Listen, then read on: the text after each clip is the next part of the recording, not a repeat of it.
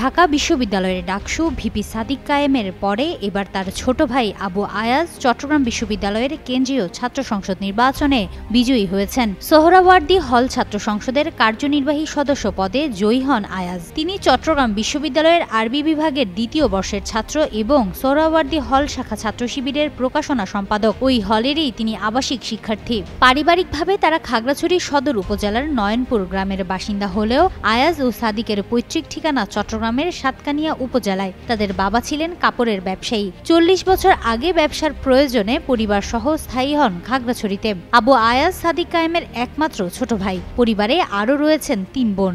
এদিকে চাকসুতে ভিপি পদে ইসলামী ছাত্র শিবিরের ইব্রাহিম হোসেনের রনি বিশাল জয় পেয়েছেন।